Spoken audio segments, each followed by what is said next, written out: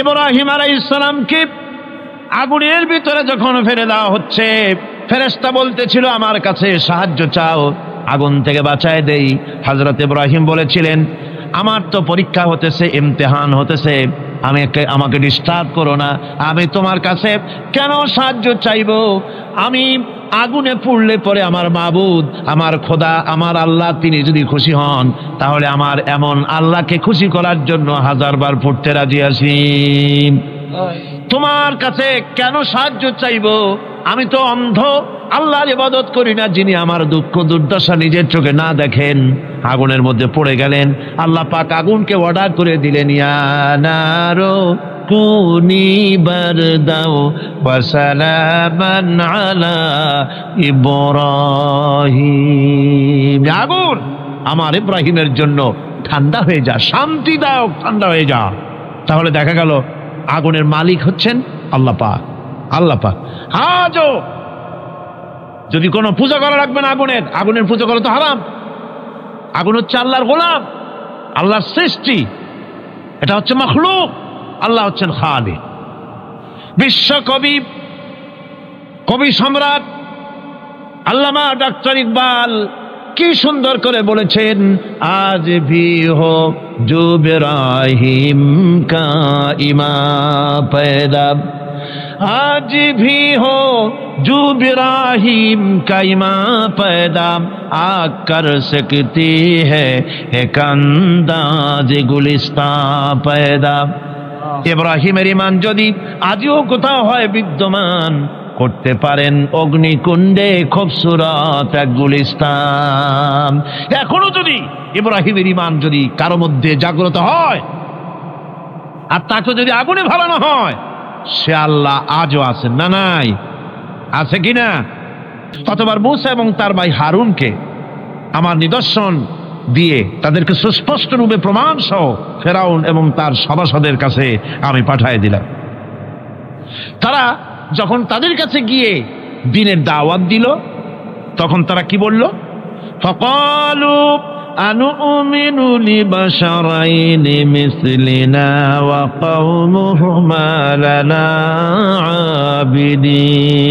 আবিদুন। আমি যখন তাদেরকে পাঠালাম, তারা যখন দ্বীনের দাওয়াত দিলেন, ইবাদতের দাওয়াত দিলেন, তখন তারা বলল আমরা কি এমন আমাদেরই মতো দুজন মানুষের আনুগত্য করব? এখানে আবেদুন অর্থাৎ দাসত্ব, আমরা কি তার দাসত্ব করব? ওয়ামা খালাকতুল জিন্না ওয়াল ইনসা ইল্লা লিয়াবুদুন। আমি মানুষ এবং জিনকে সৃষ্টি করেছি শুধুমাত্র আমার ইবাদতের জন্য, আমার গোলামের জন্য, আমার আনুগত্যের জন্য। এখন এই ইবাদত আমাদের সৃষ্টি হয়েছে কিসের জন্য? জবাব দিতে হবে সকলকে। কি জন্য? ইবাদতের জন্য। আমি যে মাঝে মধ্যে প্রশ্ন করি, তা থেকে আপনারা রাগ করেন নাকি? আমি আপনাদেরকে কষ্ট দেওয়ার জন্য প্রশ্ন করি না, এটি সুন্নতের একটি অংশ। রাসূল সাল্লাল্লাহু আলাইহি ওয়াসাল্লাম গুরুত্বপূর্ণ কথাগুলি সাহাবায়ে কিরামদেরকে 3 বার করে জিজ্ঞেস করতেন, যাতে করে কথাগুলি অন্তরের ভেতরে ঢুকে যায়, কলিজার ভিতরে ঢুকে যায়। আল্লাহ পাক আমাদের সৃষ্টি করেছেন ইবাদতের জন্য। কিসের জন্য?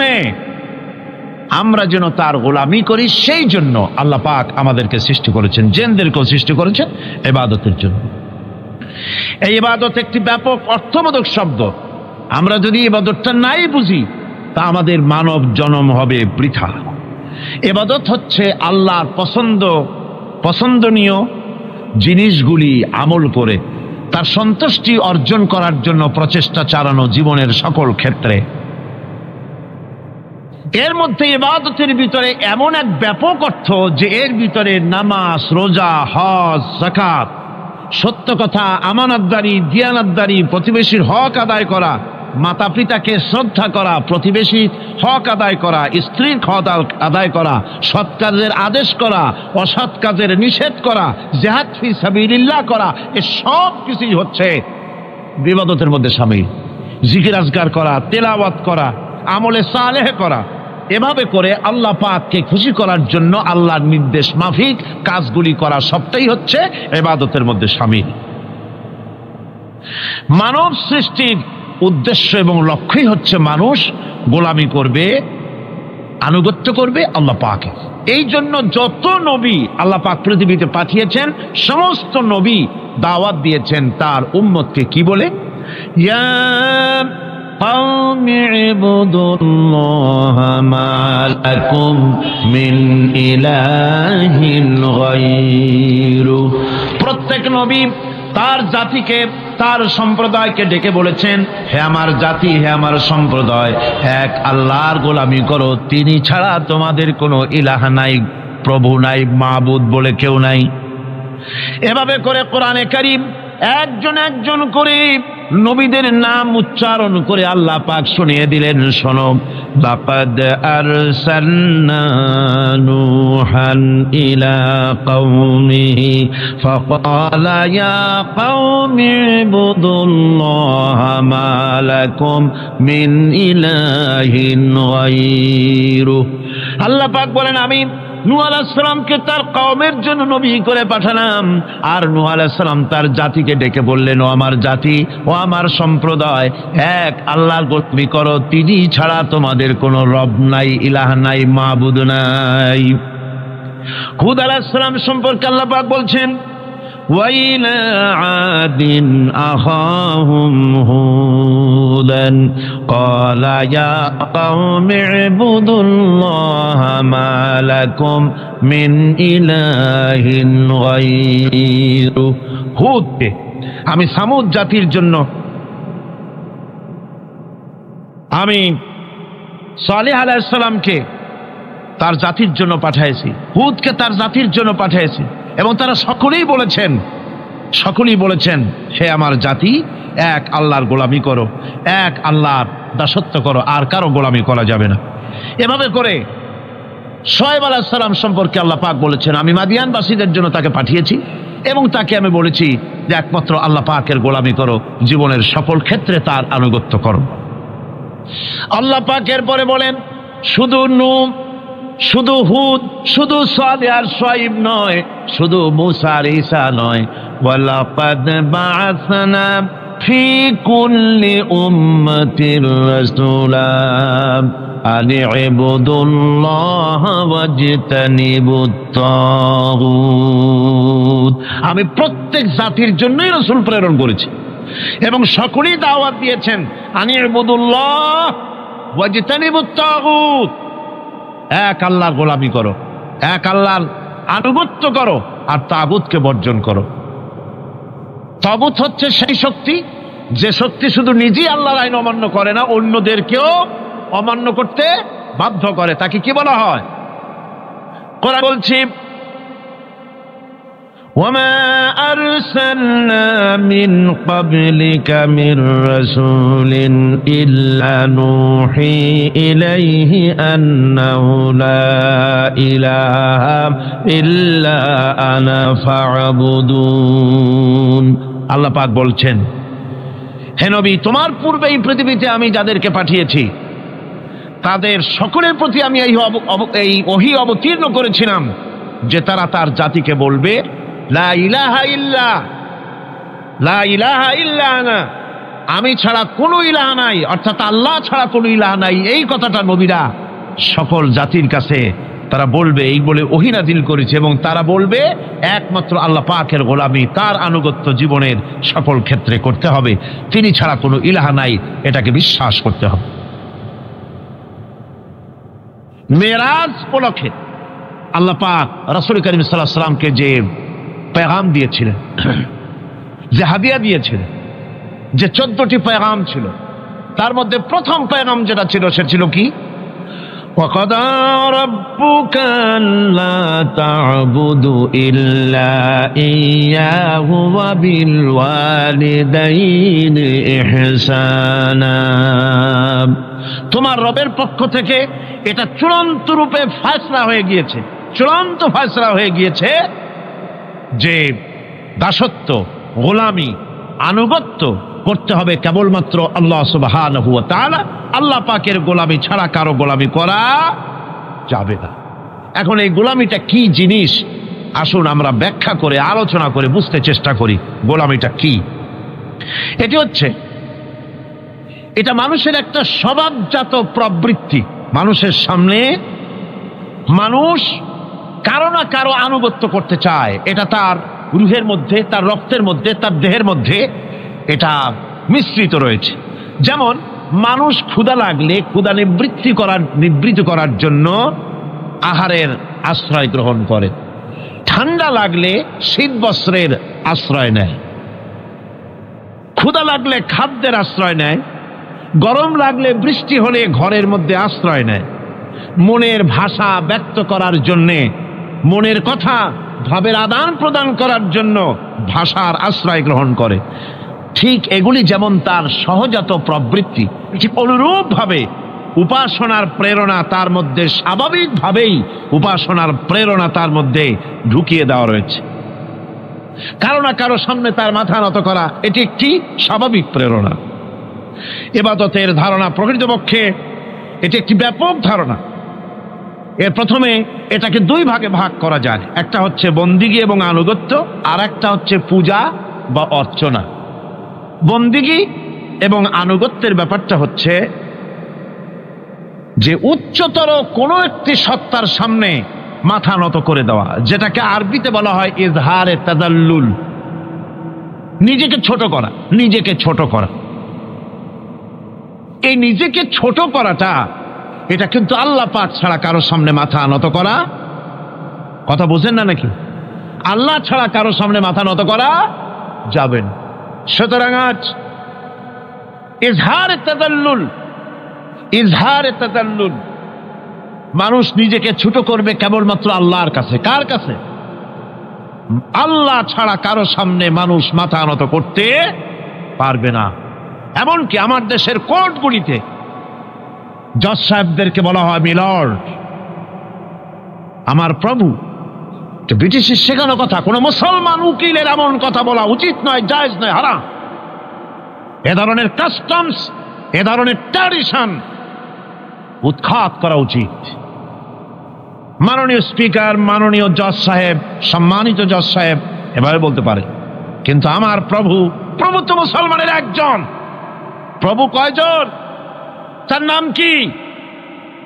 এই 4-5 জনে কইলেন আল্লাহ। আল্লাহর নাম নিতে দুঃখ লাগে, ভয় করে, লজ্জা করে, চিল্লা এখন প্রভু কে?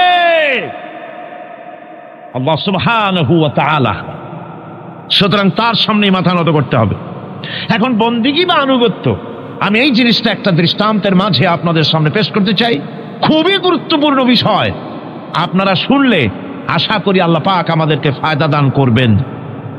আমি দোয়া চাই এই গুরুত্বপূর্ণ বিষয়টি যেন গুছিয়ে আপনাদের সামনে পেশ করতে পারি, আল্লাহ পাক যেন তৌফিক দান করেন। এই আনুগত্যটার একটা দৃষ্টান্ত এভাবে দেওয়া যায়, যেমন চাকর মনিবের আনুগত্য করে।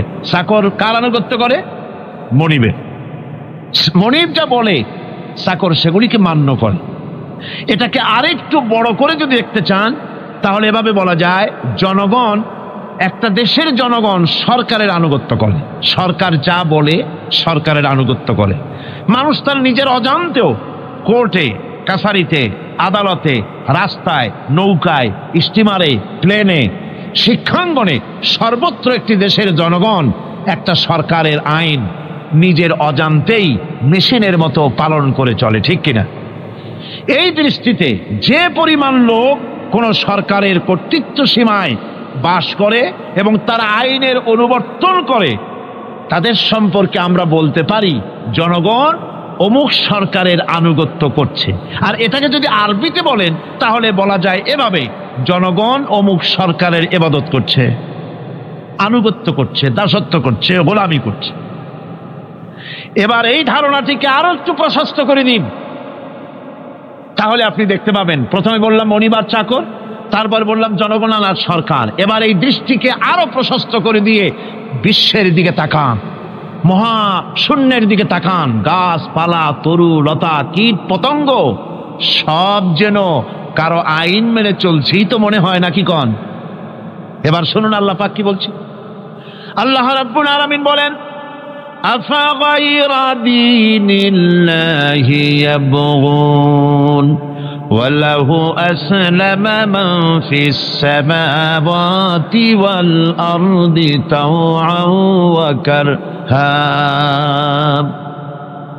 আফাগায়রা দীনিল্লাহি ইয়াবগুন, তোমরা কি আমার দেওয়া জীবন ব্যবস্থাকে ছেড়ে দিয়ে অন্যের তৈরি করা কোনো ব্যবস্থা তালাশ করো? ওয়ালাহু আসলামা মান ফিস সামাওয়াতি ওয়াল আরদ, অথচ আকাশে যা আছে জমিনে যা আছে সব কিছু আনুগত্যের মস্তক আমার সামনে মাথা নত করে দিয়েছে। সুবহানাল্লাহি বিহামদিহি, ঠিক কিনা? একটি ধূলি কণা থেকে শুরু করে নক্ষত্র লোক অবধি যা কিছু আমরা দেখতে পাই, যা দেখি না, সব হুকুম মানে কার? এই আইনের বৃদ্ধাচারণ করার ক্ষমতা কারো নাই। এটাকে বলা যায় গোটা বিশ্ব চরাচর আনুগত্য করছে, গোলামি করছে, ইবাদত করছে। কার করছে? আল্লাহ পাকের। এটাকে ইংরেজিতে বলা হয় ল অফ নেচার, এটাকে আরবিতে বলা হয় কানুনে ফিতরত, এটাকে বাংলায় বলা হয় প্রকৃতির আইন। এই আইনকে লঙ্ঘন করার ক্ষমতা কারো নাই। বন্ধুগণ, এই পৃথিবীর আপনি লক্ষ্য করে দেখবেন কোরআন মাজিদে এই বন্দিগিকে কোথাও ইবাদত বলেছে, কোথাও তাসবিহ বলেছে, কোথাও তাকদীস বলেছে, কোথাও সুজুদ বলেছে, কোথাও কুনুত বলেছে। আল্লাহ রাব্বুল আলামিন এই ইবাদতকে, আল্লাহ পাকের এই আনুগত্যকে বিভিন্ন শব্দে ব্যবহার করেছে। যেমন وَلَهُ مَنْ فِي السَّمَاوَاتِ وَالْأَرْضِ وَمَنْ عِنْدَهُ لَا يَسْتَكْبِرُونَ عَنْ عِبَادَتِهِ وَلَا يَسْتَحْسِرُونَ। আসমান এবং জমিনে যা কিছু আছে সব আল্লাহ পাকের, আর যে সব ফেরেশতারা তার নিকটে আছে তারা সবাই আল্লাহ পাকের বন্দেগী করছে। আল্লাহ পাকের বন্দেগী করার ভিতরে কেউ ত্রুটি করছে না। ইউসাব্বিহুনাল লাইলা ওয়ান নাহারা লা ইয়াফতুরুন, তারা রাত দিন তার প্রশংসা কীর্তনে মাথা নত করে দিয়ে কোন রকমের বিশ্রাম ছাড়া, শৈথিল্য ছাড়া সব আল্লাহ পাকের জিকির করছে, তাসবিহ করছে, আনুগত্য করছে। আকাশের সমস্ত ফেরেশতারা, কত ফেরেশতা তার তো কোনো ঠিক ঠিকানা নাই। কত লক্ষ লক্ষ ফেরেশতা আছে শুধু রুকুর হালতে আছে, কেউ তো সেজদার হালতে আছে, কেউ তো কিয়ামের হালতে আছে, আর যার উপরে যে ডিউটি আছে সেই ডিউটি পালন করছে। সব আল্লাহ পাকের আনুগত্য করে চলছে। এভাবে করে আল্লাহ পাক বলছেন যে আমার আনুগত্য এবং আমার তাসবিহ, আমার গুণকীর্তন করার জন্য সবাই এর মধ্যে ব্যস্ত আছে। ইউসাব্বিহু লিল্লাহি মা ফিস সামাওয়াতি ওয়া মা ফিল আরদ আল মালিকিল কুদ্দুসিল আজিজিল হাকীম। ইউসাব্বিহু লিল্লাহি, তাসবিহ পড়ছে, সাব্বাহা ইউসাব্বিহু তাসবিহান, তাসবিহ পড়েছে, তাসবিহ পড়ছে, তাসবিহ পড়বে। কিয়ামত পর্যন্ত যা কিছু আছে আকাশে, যা কিছু আছে জমিনে, যা কিছু আছে এর মাঝখানে সব তাসবিহ পড়ছে। কার? আল্লাহ পাকের জিকির করছে, তাসবিহ করছে। হযরত ইউনূস আলাইহিস সালাম মাছের পেটে যখন ঢুকে পড়েছিলেন, যখন নিজের জীবন সম্পর্কে হতাশ হয়ে গিয়েছিলেন, তখন তিনি শুনতে পাচ্ছিলেন চতুর্দিকে যে সমস্ত জলচর প্রাণী আছে, হাত্তাকে সমুদ্রের তলদেশের, দরিয়ার তলদেশের বালুকণা, পাথরের নুড়ি, শৈবাল, সব কিছু থেকে আল্লাহ পাকের জিকির হচ্ছে। ভিতর থেকে আওয়াজ আসতেছে, আল্লাহ আল্লাহ আল্লাহ আল্লাহ আল্লাহ আল্লাহ আল্লাহ আল্লাহ আল্লাহ। জোরে বলেন আল্লাহ আল্লাহ আল্লাহ আল্লাহ আল্লাহ আল্লাহ আল্লাহ। হযরত ইউনূস আলাইহিস সালাম তখন বললেন, লা ইলাহা ইল্লা আনতা সুবহানাকা ইন্নী কুনতু মিনাজ জালিমিন। পড়েন সবাই, লা ইলাহা ইল্লা আনতা সুবহানাকা ইন্নী কুনতু মিনাজ জালিমিন। লা ইলাহা ইল্লা আনতা, তুমি ছাড়া কোনো ইলাহ নাই। আমি তোমার প্রশংসা করছি, আমি তোমার পবিত্রতা ঘোষণা করছি। আমি নিজের উপরে জুলম করেছি। গাছপালা তরুলতা সব তাসবিহ পড়ছে, জিকির করছে কার?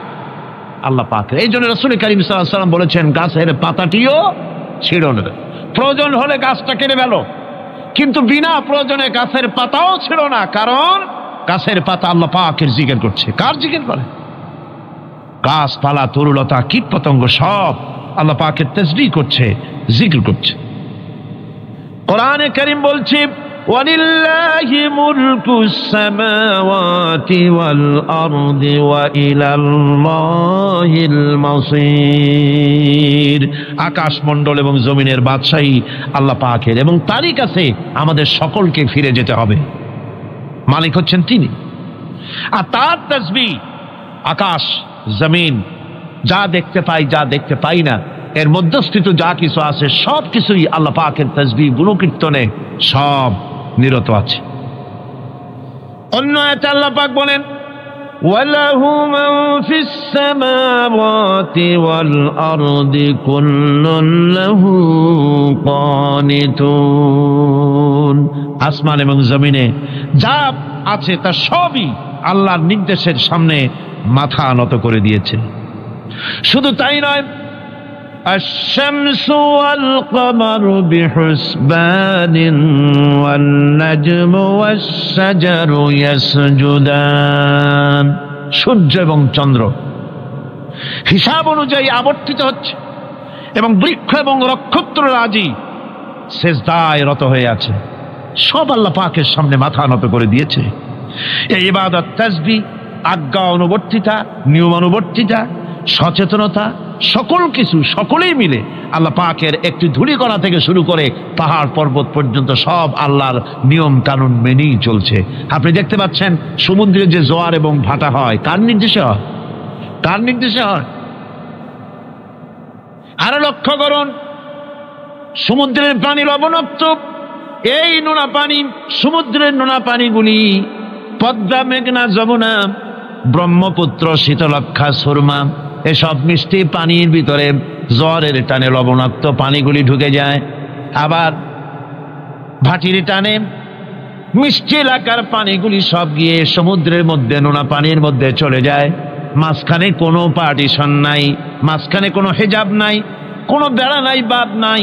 অথচ নোনা পানি মিষ্টি পানির ভিতরে গিয়ে মিষ্টি পানিরে নোনা বানায় না, নোনা পানি মিষ্টি এলাকায় গিয়ে মিষ্টি পানিরে নোনা বানাইতে পারে না। এই যে আল্লাহ পাকের হুকুম মেনে সব চলতেছে, জোয়ার ভাটাগুলি হতেছে, রাত আর দিন চলতেছে। রাত 12টার সময় সূর্য এসে বলে না, রাত সর, আমি এখন দিন বানায় ভালাবো। বেলা 12টার সময় রাতের আগমন ঘটতে পারে না। লাশ-শামসু ইয়ামবাগি লাহা আন তুদরিকাল কামারা ওয়ালাল লাইলু সাবিকুন নাহার ওয়া কুল্লুন ফি ফালাকি ইয়াসবাহুন। সূর্য চাঁদকে অতিক্রম করতে পারে না, চাঁদ সূর্যকে অতিক্রম করতে পারে না। কারো সঙ্গে কারো বাধা হয় না, টক্কর লাগে না। সব আল্লাহ পাকের হুকুম মেনে ইলা আজালিম মুসাম্মা, নির্ধারিত সময় পর্যন্ত সবাই যাতায়াত করবে। শুধু তাই নয়, আল্লাহ পাকের এক বিরাট সিস্টেম, এক বিরাট কুদরতের মাধ্যমে গোটা পৃথিবী চলছে। এর কোনো পরিবর্তন হবে না। নারকেল গাছে কোনোদিন বেল হবে না, বেল গাছে কোনোদিন তাল হবে না, কাঁঠাল গাছে কোনোদিন খেজুর হবে না, আবার খেজুর গাছে কোনোদিন লিচু হবে না। হবে নাকি? ওয়ালান তাজিদা লিসুন্নাতিল্লাহি তাবদীলা। আমার প্রকৃতির আইনের মধ্যে, আমার ল অফ নেচারের ভেতরে কোনো পরিবর্তন হবে না। সবগুলি আমার আইন মানতে হবে। এখন হতে পারে এমন যে ব্যক্তি আল্লাহরে মানে না, ব্যক্তি বোঝেন না, নাকি বোঝেন না? একটা মানুষ আল্লাহরে মানে না, ও না মানতে পারে। যে জিহ্বাকে দিয়া বলে দেয়ার ইজ নো গড, স্রষ্টা বলতে কেউ নাই, যে জিহ্বাকে দিয়া বলে সে জিহ্বা হুকুম মানে কার? আল্লাহ পাকের হুকুম মানে। কিরকম? জিহ্বার উপরে যদি তিতা রাখা আপনি বলেন তিতা থুইছি তাতে কি হয়েছে, খবরদার তিতার টেস্ট নিবি না, তিতা টক এই টেস্ট নিতে পারবি না, আপনার কথা জিহ্বা শুনবে? শুনবে। ওর উপরে যে নির্দেশটা আছে সেই নির্দেশ অনুযায়ী সে কাজ করবে। টয়লেটে গিয়ে আপনি না খেলে কবেন যে খবরদার, আমি একটা বিরাট অফিসার, অনেক টাকা পয়সার মালিক, অথবা বিরাট একটা মন্ত্রী টন্ত্রী কিছু একটা, সবাই আমার হুকুম মানে, তোকেও মানতে হবে, খবরদার দুর্গন্ধ যেন নাকের মধ্যে না ঢোকে, নাক আমি চাবি ধরতে পারবো না। শুনবে না কে? শুনবে। নাক হোক, কান হোক, চোখ হোক, মুখ হোক, প্রত্যেকটা অঙ্গ প্রত্যঙ্গ এগুলি সব হুকুম মানে কার?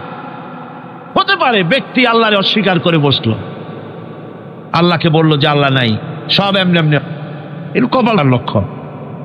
কিসের লক্ষণ? কপাল পড়া লক্ষণ। সব বোঝে, একটা মাত্র এটা কয় যে না কেউ এটারে বানাইছে। এই যে একটা ভিডিও ক্যামেরা, এটারে কেউ দেখলে বলবে যে কয়েকজন আলেমে মিলে ফু দিছে আর অন্য একটা মাইক হয়ে কি বল ক্যামেরা হয়ে গেছে, বলবে কেউ? কোনো পাগলেও কবে? এই প্যান্ডেলটা দেখে কি মনে হবে? 4-5 পিসা বাইসা কোসার কোনায় দাঁড়াইয়া ফু দিছে, সাথে সাথে প্যান্ডেল হয়ে গেছে। এটা কথা হইল? একটা ছোট্ট টেবিল, একটা চাপ দেখলে পরে মানুষ বলে নিশ্চয়ই এটা কেউ বানাইছে। আজিম, এত বড় বিশাল আকাশ, এত সুন্দর জমিন, এত সুন্দর দেহ, এই মানুষ, গাছপালা, তরুলতা, কীট পতঙ্গ, পাহাড়, নদ নদী, এ সব কিছু দেখে কেবলমাত্র কপাল পোড়াই বলতে পারে যে কেউ নাই, এমনি এমনি হয়েছে। আজিব তামাশা। এমনি এমনি একটা চাউল তৈরি হয় না, একটা ডিম তৈরি হয় না, এমনি এমনি পৃথিবীটা হয়ে গেল। সবগুলির পেছনেই আল্লাহ পাক আছেন, তিনি সৃষ্টি করেছেন। এখন উপাস্যের প্রতি এই সৃষ্টি মানুষের দৃষ্টি আকর্ষণ করে। উপাস্য পাও না কে আল্লাহ, তা ঠিক পাও না, তা দেখাবার জন্য এই পৃথিবীর আল্লাহর সৃষ্টি প্রত্যেকটি পদার্থ, প্রত্যেকটি জিনিস ইঙ্গিত করে নিঃসন্দেহে কেউ না কেউ আছে, আর তার নাম হচ্ছে আল্লাহ। তার নাম কি? আরো জোরে বলেন, নাম কি? আল্লাহ পাক। এখন প্রশ্ন ওঠে আল্লাহরে বানাইছে কেডা? বলে তো মুরগি আগে না ডিম আগে? ডিম যদি আগে হয়ে থাকে তো ডিমটারে পারলো কে? আর মুরগি যদি আগে হয়ে থাকে কোথার থেকে মুরগি এসে উড়ে এসে জুড়ে বসলো, আইলো কই দিকে? আল্লাহ যদি একজন থেকেই থাকেন তাহলে তার স্রষ্টাকে? এই প্রশ্ন তুলেছেন বার্টন রাসেল। প্রশ্ন তুলেছে স্রষ্টার স্রষ্টাকে। আমি দেখলাম এক আর্মি অফিসার একটা বই লিখেছেন, আমার এত ভালো লাগলো। বইটার নাম হচ্ছে আল কোরআন দ্য চ্যালেঞ্জ, মহাকাশ পর্ব। দারুণ লিখেছেন তিনি, আপনারা যদি পান খুঁজে নিয়ে পড়বেন। সে বইয়ের শেষ ভাগে গিয়ে তিনি এটার জবাব দিয়েছেন, স্রষ্টার স্রষ্টাকে তাই তুমি তালাশ করো, কানা চায় মানে কুজো চায় চিতই শুইতে। একটা লবণ কণার দৃষ্টান্ত তিনি দিয়েছেন। একটা লবণ কণা, একটি লবণ কণার ভিতরে যতগুলি মলিকুল থাকে, একটা লবণ কণার ভিতরে যতগুলি ক্যালাস থাকে, একটা লবণ কণার ভিতরে যতগুলি উপকরণ আর উপাদান থাকে, অর্থাৎ একটা লবণ কণা যত উপকরণ যত উপাদান ধারণ করে, তার ধারণ ক্ষমতা যতখানি, এতখানি জিনিস ধারণ করতে 1000 বার্টন রাসেলের মগজের দরকার। একটা লবণ কণা, সেইটার চিন্তা করাই কঠিন। আর এত বড় মহাবিশ্ব যিনি সৃষ্টি করেছেন তার স্রষ্টাকে তালাশ করতে চাও, এটা কি স্বাভাবিক কথা? এটা পাগলের প্রশ্ন হতে পারে, এটা পাগলের প্রশ্ন হতে পারে। গ্যাগারিন টিটপ আর প্রথম মহাশূন্যচারী ছিল। গ্যাগারিন বেটা মহাশূন্য ঘুরি টুরি আসা কয় কি, কয় যে মুসলমানেরা যারে কয় আল্লাহ, হিন্দুরা যারে কয় ভগবান, খ্রিস্টানরা যারে কয় গড, মহাশূন্য এত ঘুরলাম, আল্লাহরেও দেখলাম না, ভগবানও দেখলাম। আজীব তামাশা। তুমি তো তোমার শরীরটাই দেখো না, তোমার শরীরটাই তো তুমি দেখতে পাও না। তোমার মাথার তালুটা কেমন তা কি দেখছো কখনো? আয়না নিচের দিকে দিয়ে ঠ্যাং উপরের দিকে দিয়ে তাকাইলে যদি দেখো মাথার তালু কেমন। নিজের ঘাট দেখো না, পিঠ দেখো না, নিজের হিপ দেখতে পারো না। আয়না টায়না সাইড বাসখান না নিয়ে দেখার উপায় নাই কোন জায়গায় কি আছে শরীরের। নিজের শরীরটাই দেখো না, কত বড় সাহস! এই শরীরের স্রষ্টাকে দেখতে চাও? লা তুদরিকুহুল আবসার, কোন দৃষ্টি শক্তি তাকে মুহাইয়া করতে পারবে না। তার দৃষ্টি সকলকে আয়ত্ত করবে, কিন্তু পৃথিবীর কোন দৃষ্টি শক্তি তাকে আয়ত্তের ভিতরে নিতে পারবে না। মুসা আলাইহিস সালামের মতো পয়গম্বর, তিনি বলেছিলেন রব্বি আরিনি, রব্বি আরিনি, আল্লাহ আমি তোমারে দেখতে চাই। আল্লাহ পাক বলেছেন লান তারানি, কখনোই দেখতে পারবা না। সুবহানাল্লাহ ওয়া বিহামদিহি। সুতরাং এই পৃথিবীর সবকিছু ইঙ্গিত করে যে একজন আছেন। এই ফুলের সৌন্দর্য যিনি দিলেন, ফুল দেখা যায়, সৌন্দর্য দেখা যায়, কিন্তু গন্ধ দেখা যায় না। এই পানির মিষ্টতা, মিষ্টি পানি, ফুলের গন্ধ, জোনাকি পোকার আলো, এই যে সুন্দর সুন্দর জিনিস দিয়ে আল্লাহ পাক এই বিশ্বকে সজ্জিত করেছেন, এ সব কিছুই ইঙ্গিত করে নিঃসন্দেহে একজন আছেন, আর যিনি আছেন তার নাম হচ্ছে কি? আল্লাহ। জোরে বলেন তিনি কে? আল্লাহ। এখন এই স্রষ্টাকে চিনতে মানুষের বড্ড হয়রানি স্রষ্টাকে চেনার জন্য। এই স্রষ্টাকে খোঁজার জন্য, চেনার জন্য মানুষ শক্তি পূজা আরম্ভ করলো। ওই যে আমি আগে বলেছি, মানুষের মধ্যে একটা স্বাভাবিক প্রেরণা, এই কারো না কারোর সামনে মাথা নত করে দেবে।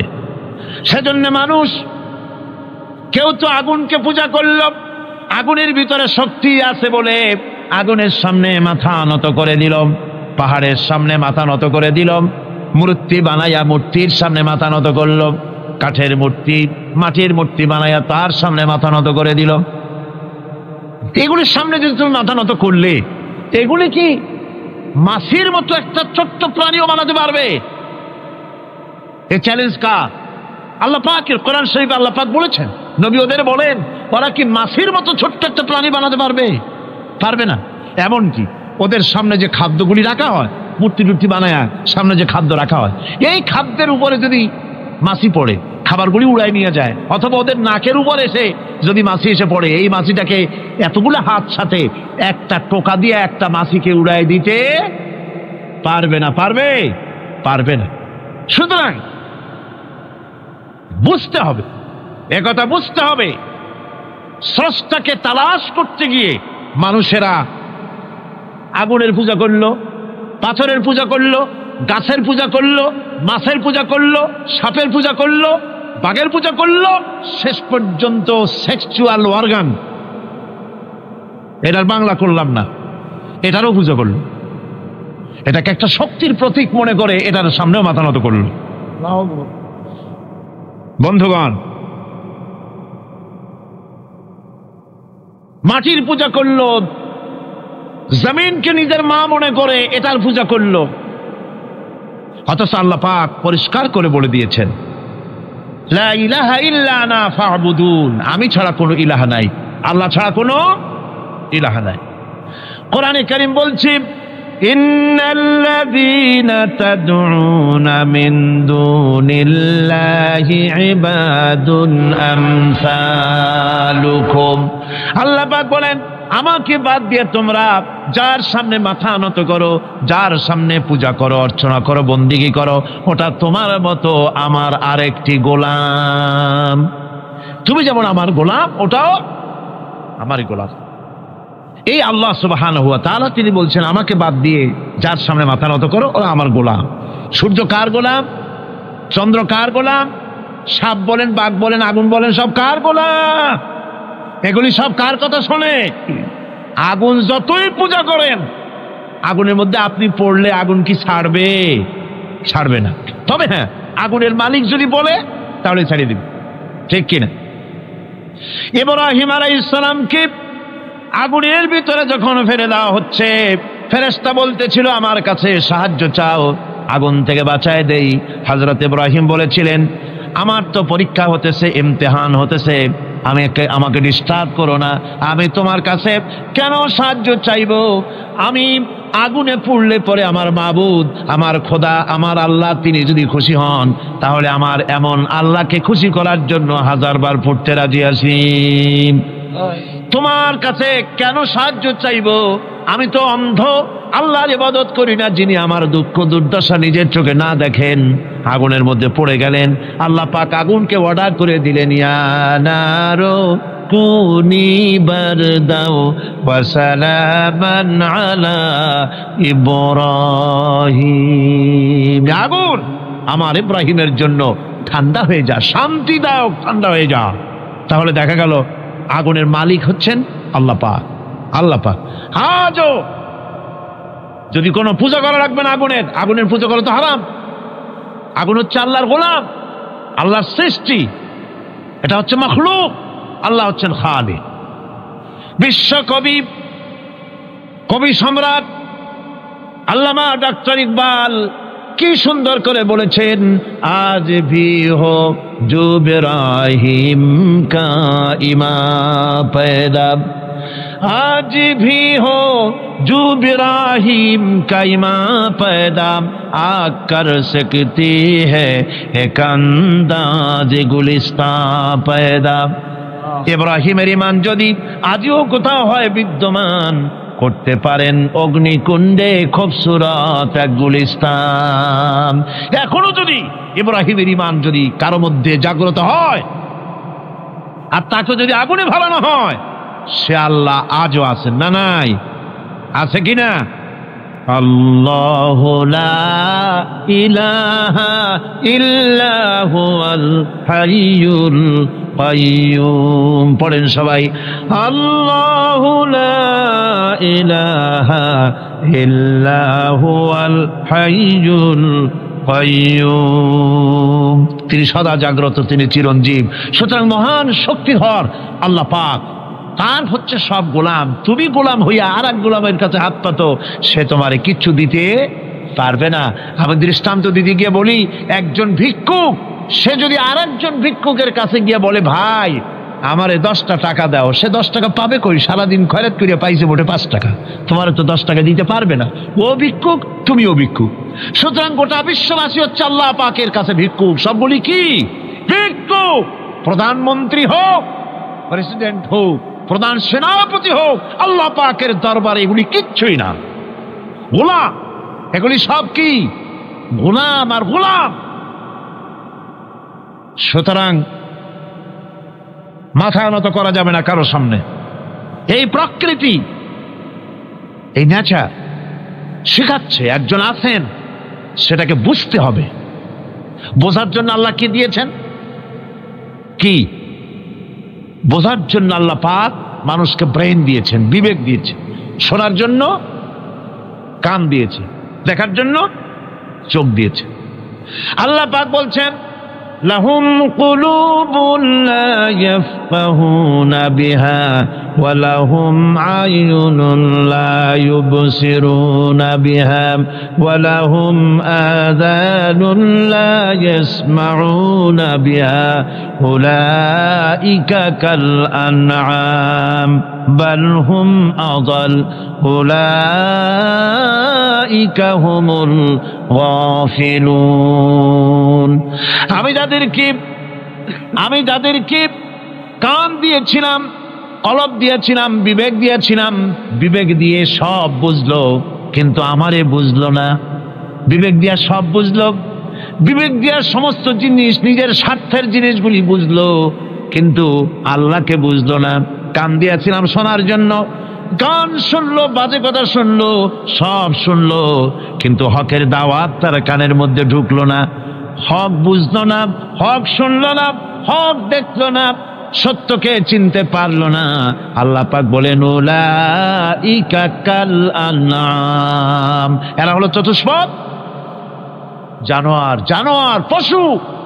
আল্লাহ কয় না খালি পশু কইলে সারে না, বাল হোক আদাল, একেবারে পশুর চাইতো নিকৃষ্ট। কারণ কি? কারণ হলো পশু অবিশ্বাসী নয়, পশু অবিশ্বাসী নয়, পশু কাফের নয়, পশু মুশরিক নয়, পশু মুরতাদ নয়, পশু নাস্তিক নয়, ঠিক কিনা? সুতরাং পশুর চাইতেও খারাপ, পশুর চাইতেও খারাপ। পশু যেটা বোঝে তাও বোঝে না। পশু তো অন্তত মালিকের আনুগত্য করে, তার কথা শোনে, যার খায় তার কথা শোনে। কুত্তাটাও, কুকুরও যার খায় তার কথা শোনে, ঠিক কিনা গণ? অথচ যে আল্লাহ রাব্বুল আলামিন খেতে দিলেন, পড়তে দিলেন, সব কিছু দিলেন, তার ইবাদতটা বুঝতে চেষ্টা করলো না, তার ইবাদত বুঝতে চেষ্টা করলো না, তার গোলামি করতে জানলো না। সুতরাং এগুলি হচ্ছে উলাইকা কাল আনাম, এগুলি চতুষ্পদ জন্তু এবং জানোয়ারের মতো, বরং তার থেকেও নিকৃষ্ট। মানুষকে আল্লাহ পাক জ্ঞান দিয়েছিলেন, সেই জ্ঞান দিয়ে সে দূরবীন আবিষ্কার করলো, জ্ঞান দিয়ে দূরবীন আবিষ্কার করলো যাতে করে শকুনের চাইতেও তীক্ষ্ণ দৃষ্টি সম্পন্ন হয়। সে গাড়ি আবিষ্কার করলো যাতে করে চিতাবাঘের চাইতেও বেশি দৌড়াইতে পারে। সে সাবমেরিন আবিষ্কার করলো যাতে করে মাছের চাইতেও বেশি দ্রুতগামী হয়ে চলতে পারে পানির তলা দিয়া। এ সব কিছুই করলো, কিন্তু তার মনুষ্যত্বকে বাড়াইতে পারলো না, মনুষ্যত্বকে বাড়াতে পারলো না। এই মনুষ্যত্বই ছিল সবচেয়ে বড় জিনিস। কবি বলছেন, মুঝে ये डर है कि दिले जिंदा तू ना मर जाए, मुझे ये डर है कि दिले जिंदा तू ना मर जाए, कि जिंदगानी इबारत है तेरे जीने से, मुझे ये डर है कि दिले जिंदा तू ना मर जाए। আমার এই ভয় হয়, হে আমার জীবন্ত আত্মা, তোর না অপমৃত্যু হয়ে যায়, কারণ তোর যদি অপমৃত্যু হয় তাহলে আমার তো বেঁচে থাকার কোনো লাভ নাই। আমরা তো আমাদের আত্মা, জীবিত আত্মাকে মেরে ফেলছি, জীবিত আত্মাকে মেরে ফেলছি, আত্মাকে বিকশিত করছি না। আত্মাকে বিকশিত করতে হবে। এই আত্মা বিকশিত হবে কিভাবে? সব জিনিসের খাবার আল্লাহ পাক এই জমিনে তৈরি করেছেন, ঠিক কিনা কর? সকলের খাবার এই জমিনে। মানুষ যেহেতু তৈরি হয়েছে এই মাটি দিয়ে, সেই জন্য আল্লাহ রাব্বুল আলামিন মানুষের খাবার মাটি দিয়ে তৈরি করে দিয়েছেন। কলা দিয়েছেন, কচু দিয়েছেন, আলু দিয়েছেন, মূলা দিয়েছেন, তাল দিয়েছেন, বেল দিয়েছেন, মাছ দিয়েছেন, তরকারি দিয়েছেন, পনির দিয়েছেন, দুধ দিয়েছেন, গোশত দিয়েছেন। খাবারের কোনো অভাব রাখেন নাই, সব মাটি দিয়েছে। কিন্তু যেটা আমাদের ভিতরে, যে আত্মাটা আমাদের মধ্যে, যে আত্মা থাকলে পরে বাঁচি, আত্মা না থাকলে পরে মরে যাই, সেই রুহের খাবার আমরা কেউ দিতেছি না। রুহটা কি?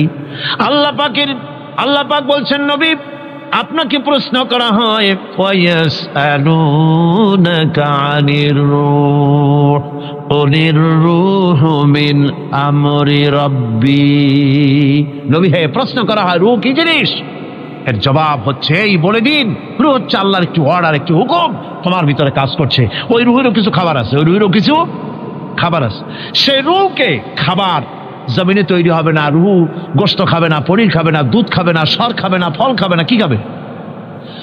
রুহের খাবার। যেহেতু রুহু এই পৃথিবীতে তৈরি হয় নাই, রুহ এসেছে আলমে আরওয়াহ থেকে, সেজন্য রব্বুল আলামিন রুহের খাবার পাঠিয়েছেন লৌহ মাহফুজ থেকে। আল্লাহ পাক কোরআনে কারীমকে রুহের খোরাক করে পাঠিয়েছেন। রুহকে যদি বাঁচাতে চান তাহলে তার একমাত্র খাদ্য হতেছে তেলাওয়াতে কোরআন, তেলাওয়াতে কোরআন। যত তেলাওয়াত করবেন ততই মজা লাগবে। সুবহানাল্লাহ, কোন সুবহানাল্লাহ। একটু হারাম শরীফ থেকে বেড়ায় আসেন। টাকা পয়সা যাদের আছে তাদের বলছি, পয়সা করি যাদের আছে, সিঙ্গাপুর বেড়ায়। আরে সিঙ্গাপুর বেড়ায় করবা কি? মার্কেটিং ছাড়া আর কিছুই নেই। সিঙ্গাপুর, ব্যাংকক, হংকং, এই সমস্ত জায়গায় ঘুরে টুরে আসে, খুব দেখে আসছে। টাকা নষ্ট করে লাভ নাই, বরং পয়সা করি যদি আল্লাহ দিয়ে থাকেন হস্ত করবেনি। পয়সা করি বেশি থাকলে রমজান মুবারকে ওমরা করে এসেন। রাসূল করিম সাল্লাল্লাহু আলাইহি ওয়াসাল্লাম বলেছেন, যে ব্যক্তি রমজান মুবারকে ওমরা করলো সেজন্য আমার সাথে হজ আদায় করলো। কেন বলি? এই জন্য বললাম, আল্লাহ পাক আমাকে কয়েকবার নসিব করেছেন। সেখানে যখন রমজান মুবারকে যখন তেলাওয়াত হতে থাকে তারাবিহের ভেতরে, মনে হচ্ছে যেন আকাশ থেকে ওহী নাজিল হতেছে। মানুষের চোখের পানি, নাকের পানি একাকার হয়ে যায় হারাম শরীফের ভিতরে। সেখানে তো মোনাজাত সারা বছর মোনাজাত হয় না, মোনাজাত হয় রমজান মুবারকে বেতেরের নামাজের ভিতরে। বেতেরের নামাজের ভিতরে ইমাম সাহেব হাত তুলে মোনাজাত করেন। অন্তত 8 থেকে 10 লক্ষ মানুষ হজের মৌসুমের মতো কাঁদতে কাঁদতে পাগল হয়ে যায়। কোরআন কি মজা! কোরআন হচ্ছে রুহের খাবার। আমরা তো রুহের খাওয়াই না। ঘোড়ার উপরে চড়ি, গাধার উপরে চড়ি, ঘোড়ারে গাধারে জন্মের মতো মোটেই খাইতে দেই না, নিজে খাই জন্মের মতো। খাইয়া ঘোড়ারে খাইতে দেওয়া হয় না, গাধারে খাইতে দেওয়া হয় না। ফলে ওর উপরে যখন সওয়ার হয় তখন ঘোড়া গাধা না খাইতে খাইতে একদিন 4 ঠ্যাং 4 দিকে দিয়া জায়গায় চিতে মরা ছাড়া আর কোনো পথ থাকে না। আমাদের মানুষেরা খায় কি? সুবহানাল্লাহ। এই যে শবে বরাত আসতেছে, কি যে খাবে! দিশা আগের থেকে লিস্ট তৈরি হয়ে যায় কতটা আইটেম তৈরি করা হবে। রমজান মাসে আল্লাহ একটু কম টম মান্দায় খাবে, একটা রমজান মাস আল্লাহ দিলেন। সেই রোজার মাসে যে সারাদিন খায় না, এটাকে উসুল করে ইফতারের সময় সে যে কত খাবার, চোখ সানা বড় হয়ে যাবে দেখো। পেঁয়াজি, বেগুনি, হালিম, শরবত, তরমুজ, বেল, কলা, কচু, না কি খাইতে খাইতে মাগরিবের রক্ত শেষ। কয় ভাই নামাজটা কোনো রকম পড়ে আসি, তারপরে খাবো না। আবার গেল নামাজ পড়তে, আবার এসে খাইলো, খাইয়া তারপরে আবার ভাত খাইলো। কেমনে যে খায় আল্লাহই জানে, গলায় আঙ্গুল দিলে পাওয়া যায়। এরকম খাইয়া তারপরে তারাবি পড়তে দাঁড়ায়। ওরা জনমের মতো খাইলে পরে তো অলস হবে শরীর। তারাবি পড়তে দাঁড়াইছে, লম্বা কেরাত হচ্ছে, উনি রুকুতে আছে, ইমাম সেজদায় চলে গেছে, ওনার খবর নেই। অথবা উনি সেজদায় পড়ে আছেন, ইমাম কোথায় উঠে গেছে তার খবর নেই। সুবহানাল্লাহ। সুতরাং নিজে খাইয়া পেটটারে দুম্বার মতো সাইজ বানাইয়া কোনো লাভ নাই। পেট বড় বানাবেন না, সিনা বড় বানান। সিনা বড় বানান, সিনার ভিতরে কোরআন ধারণ করেন, মজা পাবেন। এই আল্লাহ রাব্বুল আলামিন এত বড় নিয়ামত, এই কোরআন, এর থেকে বড় নিয়ামত পৃথিবীতে আর নাই। শ্রেষ্ঠ নিয়ামত, এর থেকে বড় নিয়ামত আছে ভাই? এই শ্রেষ্ঠ নিয়ামতকে পড়তে শিখুন, বুঝতে শিখুন, হেদায়েতের সবের মধ্যে আছে। সুতরাং আল্লাহ রাব্বুল আলামিন মনুষ্যত্বকে, আত্মাকে বিকাশ করার জন্য কোরআনে কারীম দিয়েছিলেন। মানুষ এই জ্ঞান দিয়ে আবিষ্কারের পিছনে চলে গেল। হ্যাঁ, আবিষ্কার দরকার আছে, মোটেই আমি এটাকে অস্বীকার করি না, সব দরকার। কিন্তু সেই সাথে আল্লাহ পাকের সাথে যে সম্পর্কটা থাকা দরকার ছিল, সেই সম্পর্ক থেকে মানুষ নিজেকে বিচ্ছিন্ন করেছে। কোরআনে কারীমে আল্লাহ পাক বলছেন, লাকাদ খালাকনাল ইনসানা ফি আহসানি তাকওয়িম। সব থেকে সুন্দর করে বানিয়েছি কারে? মানুষ। চিল্লা এখন কারে? মানুষ হলো সবচাইতে সুন্দর, সবচাইতে সুন্দর সৃষ্টি আমার। ওগুলা, এই মানুষগুলি হচ্ছে আশরাফুল মখলুকাত। মানুষ কি মখলুকাত? সৃষ্টির সেরা। আপনারা সৃষ্টির সেরা হইলেন কি দিয়া? আপনারা কি বাঘের মতো দৌড়াতে পারেন? বল্লার মতো হুল ফুড়াইতে পারেন? কুত্তার মতো কামড়াইতে পারেন? হাতির মতো শক্তি আছে? গরিলার মতো শক্তি আছে? মাছের মতো সাঁতরাইতে পারেন? সাপের মতো ক্রুদ্ধতা আছে?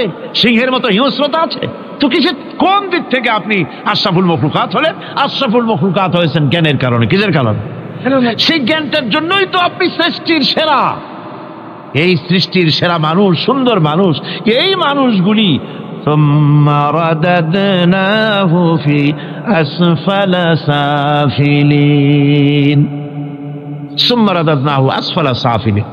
এই মানুষ নিচে নামতে নামতে এত নিচে নামে, শয়তান অবাক হয়ে গালে হাত দিয়া নিচের দিকে তাকাইয়া দেখে আর চিন্তা করে এর দূর নামলো কেমনে। শয়তান অবাক হয়ে যায় মানুষের অবস্থা দেখে। আর America, British parliament, American parliament আইন পাশ করে পুরুষে পুরুষে বিবাহ জায়েজ করে দিয়েছে সেখানে। নাউযুবিল্লাহি মিন যালিক। শয়তানের চাইতে অনেক কিছু। শয়তানও এইসব কাম জানেও না, বোঝেও না। শয়তান তো ভালো, কুত্তাও জানে না, ঠিক কিনা কন? কুকুরেও সমকামিতা করে না, শুয়ারেও করে না, গাধায়ও করে না। মানুষ কোথায় নামছে? এই মানুষ সৃষ্টির সেরা বানিয়েছিলাম, শয়তানের চাইতে নিকৃষ্ট হয়ে গেল। আল্লাহ পাক বলেন, ইল্লাল্লাযীনা আমানু ওয়া আমিলুস সালিহাতি ফালাহুম আজরুন গায়রু মামনুন।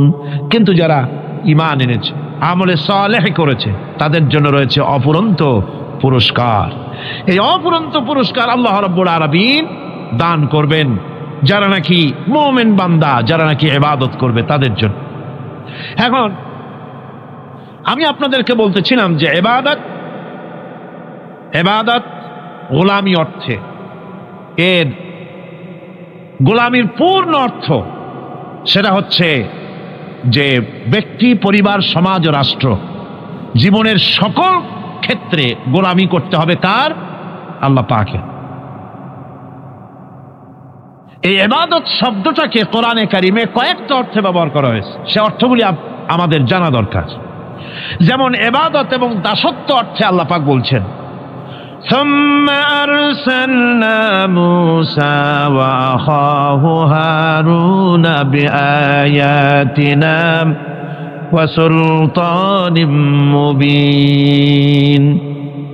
অতঃপর মূসা এবং তার ভাই হারুনকে আমার নিদর্শন দিয়ে তাদেরকে সুস্পষ্ট রূপে প্রমাণ সহ ফেরাউন এবং তার সভাসদের কাছে আমি পাঠিয়ে দিলাম। তারা যখন তাদের কাছে গিয়ে দ্বীনের দাওয়াত দিল তখন তারা কি বলল? ফাকালু আনুমিনু লিবাশারাইনি মিসলিনা ওয়া কওমুহুমা লানা আবিদুন। আমি যখন তাদেরকে পাঠালাম, তারা যখন দ্বীনের দাওয়াত দিলেন, ইবাদতের দাওয়াত দিলেন, তখন তারা বলল, আমরা কি এমন আমাদেরই মতো দুজন মানুষের আনুগত্য করব? এখানে আবেদুন অর্থাৎ দাসত্ব, আমরা কি তার দাসত্ব করব? এই দাসত্ব একমাত্র আল্লাহরই হতে পারে, আর কারো হতে পারে না। সেজন্য কোরআনে কারীম অন্যত্র বলছে, ইয়া আইয়ুহাল্লাযীনা আমানু কুলু মিন তাইয়্যিবাতি মা রাযাকনাকুম ওয়াশকুরু লিল্লাহি ইন কুনতুম ইয়্যাহু তা'বুদুন। হে ঈমানদারেরা, তোমরা যদি আমার ইবাদত করো তবে আমি তোমাদেরকে যে সব পবিত্র জিনিস দান করেছি তা খাও এবং আল্লাহর শুকর আদায় করো। তো ইবাদত আল্লাহ পাকের করলে আল্লাহ পাক তাদেরকে খেতে দিবেন, পড়তে দিবেন, সবকিছু আল্লাহ পাক করে দিবেন। তো আল্লাহ পাকের ইবাদত করতে হবে, আল্লাহ পাকের উপর ঈমান আনতে হবে, আর তাগুতকে অস্বীকার করতে হবে। অন্য আরেকটি আয়াতে কথাটা এভাবে এসেছে, ফামান ইয়াকফুর বিত্তাগুতি ওয়া ইউমিন বিল্লাহি ফাকাদ ইসতামসাকা বিল উরওয়াতিল উসকা লা ফিসামা লাহা ওয়াল্লাহু সামিউন আলীম। ফামান ইয়াকফুর বিত্তাগুত, যে ব্যক্তি তাগুত অস্বীকার করলো, ওয়া ইউমিন বিল্লাহ এবং আল্লাহর উপর ঈমান এনেছে, ফাকাদ ইসতামসাকা বিল উরওয়াতিল উসকা, সে এমন এক মহান অবলম্বন ধারণ করলো যে কোনো জিনিসই তাকে বিচ্ছিন্ন করে দিতে পারবে না। এমন এক মহান অবলম্বন ধারণ করেছে। সুতরাং আল্লাহর উপর ঈমান আনতে হবে, তাগুতকে অস্বীকার করতে হবে। ইবাদত জীবনের সকল ক্ষেত্রে করতে হবে কার? আল্লাহ পাক।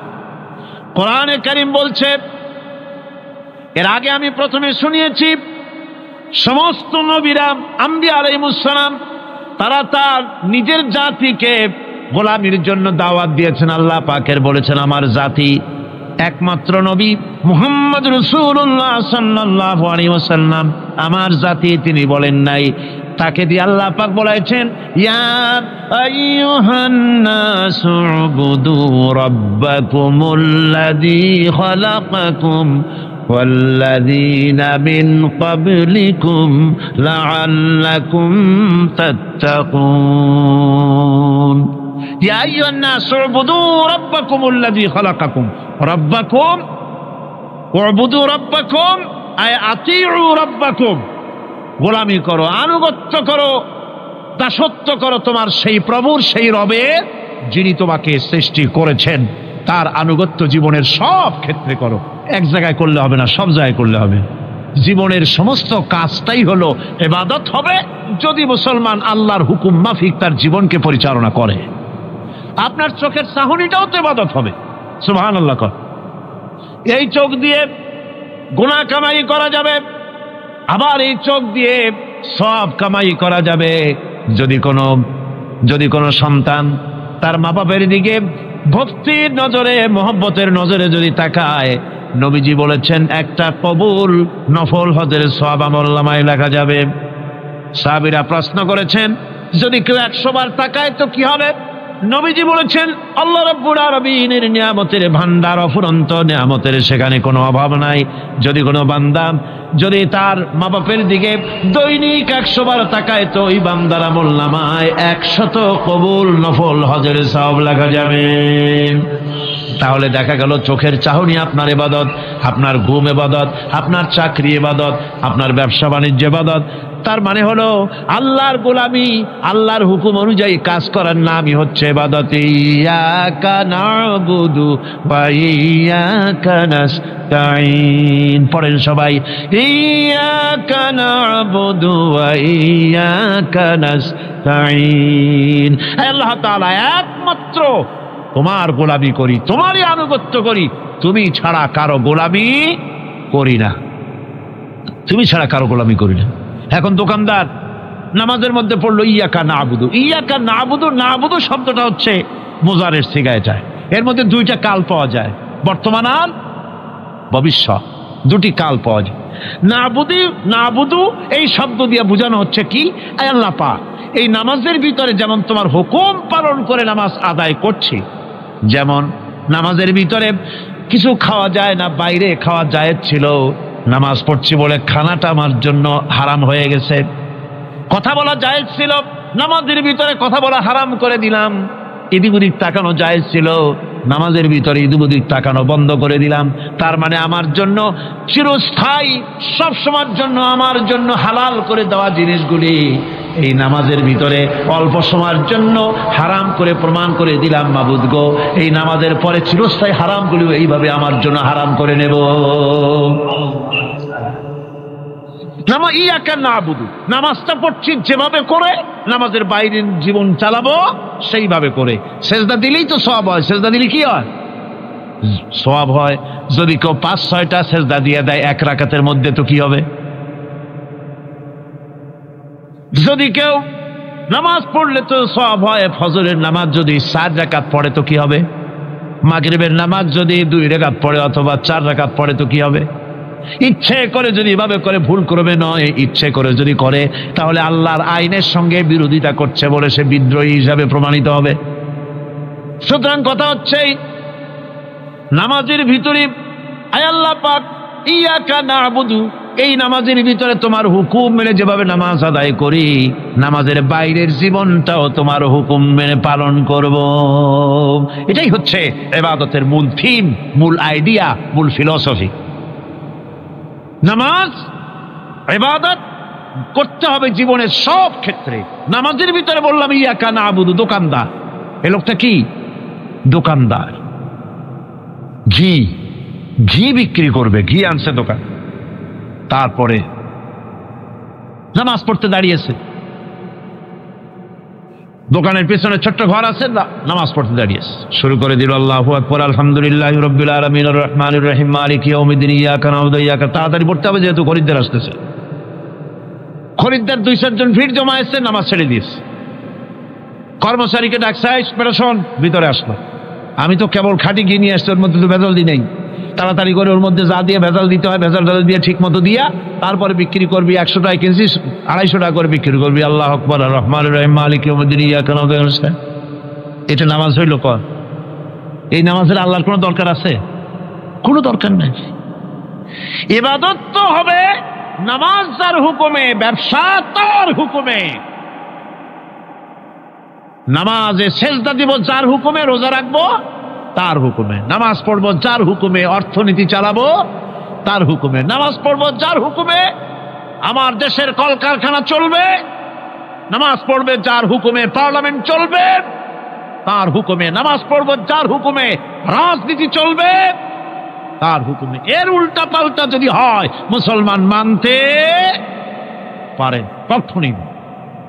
সুতরাং মুসলমানকে আনুগত্যের মস্তককে অবনত করে দিতে হবে আল্লাহ পাকের সামনে।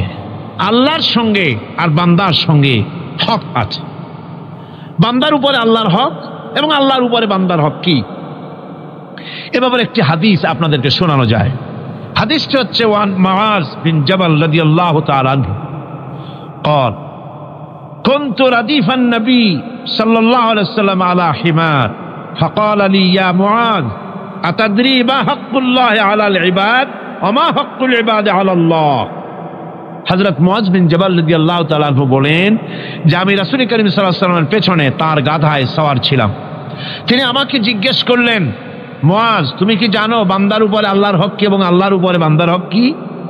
তিনি বললেন আল্লাহু ওয়া রাসূলুহু আ'লামু, আল্লাহ এবং তার রাসূল খুব ভালো করে জানেন। রাসূল কারীম সাল্লাল্লাহু আলাইহি ওয়াসাল্লাম জবাব দিলেন, ক্বালা হাক্কুল্লাহি আলাল ইবাদ আন ইয়াবুদুহু ওয়া লা ইউশরিকু বিহি শাইআ ওয়া হাক্কুল ইবাদি আলাল্লাহ আন লা ইউআযযিবু মান লা ইউশরিক বিহি শাইআ। আল্লাহর নবী বলেন, বান্দার উপরে আল্লাহর উপরে বান্দার হক হতেছে, আল্লাহর উপরে বান্দার হক হতেছে বান্দা আল্লাহ পাকের ইবাদত করবে, আল্লাহর গোলামি করবে, আল্লাহর আনুগত্য করবে, দাসত্ব করবে। সেই আনুগত্য ইবাদত আর গোলামির ভিতরে কাউকে শরীক স্থাপন করবে না। বান্দার উপরে আল্লাহর হক হতেছে যেই বান্দা আল্লাহ পাকের ইবাদত করবে, গোলামি করবে, আর কোন শিরক করবে না, কিয়ামতের দিন ওই বান্দা সম্পর্কে আল্লাহর হক হবে বান্দাকে জাহান্নামের আগুন আল্লাহ পাক হারাম করে দিয়ে তার জান্নাত দিয়ে দিবেন। এটাই হলো বান্দার উপর আল্লাহ পাকের হক। সুতরাং ইবাদত হবে সলিড কার জন্য? আল্লাহ পাকের জন্য। জোরে বলেন কার জন্য? একমাত্র কেবলমাত্র শুধুমাত্র আল্লাহ পাকের জন্য গোলামি হবে। সেই গোলামির কথাটাই আমরা কোরআনে কারীমের মধ্যে সূরা ফাতিহায় প্রত্যেক দিন প্রতি রাকাতে আমরা পড়ি, ইয়্যাকা না'বুদু ওয়া ইয়্যাকা নাস্তাঈন। আয় আল্লাহ তাআলা, কেবলমাত্র তোমারই ইবাদত করি, কেবলমাত্র তোমারই দাসত্ব করি, আর কারো আনুগত্য দাসত্ব করি না। এই গোলামি, এই দাসত্ব আল্লাহ পাক আমাদেরকে করার তৌফিক দান করুন। আমরা বলি আমিন। আমাদের জীবনে ওঠায় বসায়, চলায় ফেরায়, বক্তৃতায়, ভাষণে, বিয়েতে, শাদীতে, আমাদের ইলেকশনে, আমাদের নির্বাচনে, আমাদের অর্থনীতিতে, রাজনীতিতে, আমাদের সমাজনীতিতে, পরিবারের নীতিতে, জীবনের সব ক্ষেত্রে আমরা গোলামি যেন করতে পারি কার? আল্লাহ পাকের। নামাজের ভিতরে যে কথাটা বলি, এই কথাটা যেন আমাদের বাস্তব জীবনে আমরা কার্যকরী করতে পারি। আল্লাহ পাক যেন তৌফিক দান করেন। মুনাজাতের জন্য দাঁড়ানো লোকেরা সব বসেন। আল্লাহুম্মা আমিন। রব্বানা যালামনা أنفسنا وإن لم تغفر لنا وترحمنا لنكونن من الخاسرين। আয় আল্লাহ তাআলা, তোমার পবিত্র কালামুল্লাহ শরীফের, তোমার পবিত্র কালামের ব্যাখ্যা করে তোমার বান্দাদেরকে সাথে নিয়ে আমরা সব গোলামেরা একত্রিত হয়ে তোমার দরবারে হাত তুলেছি। মেহেরবানি করে আমাদের আলোচনা, জিকির, আজকার, তেলাওয়াতের সওয়াব রাসূল করিম সাল্লাল্লাহু আলাইহি সাল্লামের রূহ মুবারকে পৌঁছায় দাও। আয় আল্লাহ তাআলা, আমাদের মধ্য থেকে যাদের মা বাপ দুনিয়া থেকে বিদায় হয়ে গেছে, কবরগুলিকে জান্নাতের টুকরায় পরিণত করে দাও রব্বুল আলামিন। আয় আল্লাহ তাআলা, সারা জীবন গুনাহ করে করে আমরা আমাদের জীবন নষ্ট করে ফেলেছি, দয়া করে আমাদের তামাম জিন্দেগির গুনাহ খাতা মাফ করে দাও। রব্বানা তাকাব্বাল মিন্না ইন্নাকা আনতাস সামিউল আলিম ওয়া তুব আলাইনা ইন্নাকা আনতাত তাওয়াবুর রহিম। সুবহানা রাব্বিকা রাব্বিল ইজ্জাতি আম্মা ইয়াসিফুন ওয়া সালামুন আলাল মুরসালিন আলহামদুলিল্লাহি রাব্বিল আলামিন। ওয়াজআল آخر كلمتنا عند الموت لا إله إلا الله محمد رسول الله. السلام عليكم ورحمة الله.